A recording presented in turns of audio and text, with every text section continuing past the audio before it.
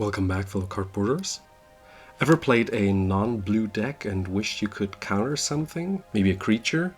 If you're playing black, you are in luck. I found this wonderful card, Withering Boon, which I think is a little underplayed and should be played more. Withering Boon is an instant spell that costs 1 and a black. It's from Mirage, and you pay 3 life and counter target creature spell. So this is like a remove soul from Legends, got reprinted several times, but in black, and you have to pay 3 life. And since we're talking EDH commander decks, 3 life is like not even 10%, it's like nothing. You have 3 life, and if it saves you or everyone playing with you right now to counter this creature, you can bear that, to pay that. Other black counters that are not as good as Withering Boon are Dash Hopes, which is like the sad attempt of trying to make a black counter spell, since anyone can just pay 5 life points to counter Dash Hopes, so most of the times it will just not go through. Imp's Mischief is another one, which is hella expensive. I remember this card being like 10 bucks, now it's like way up at like 20 to 30 bucks. This needs a reprint. Anyways, you can change the target of a spell and you have to pay life equal to the mana cost of that spell that you're switching around. This card is good, obviously, many players are playing it. Well, with many players I mean like 2% of all the decks that could play it. But first of all, it's expensive and you just change the target, you don't counter the spell. And with Imp's Mischief, you cannot counter creatures, and with Withering Boon, you can. So there's that. By the way, if you're hearing my voice right now, I had a cold during the weekend.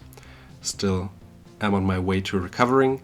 But yeah, I'm feeling way better now and should be back on my feet, hopefully by the end of the week, to bring you more regular content again.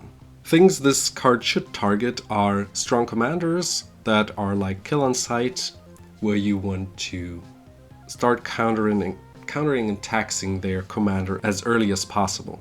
This includes decks like Muldrotha, AZ, or Atraxa, and you just continue the list if you want to. Any strong commander that comes to mind that is just a powerhouse and has to be dealt with, this card can. If you find yourself at a table where there is no commander that needs taxing, why not counter any strong creature like Blightsteel Colossus, Seedborn Muse, Craterhoof, you name it.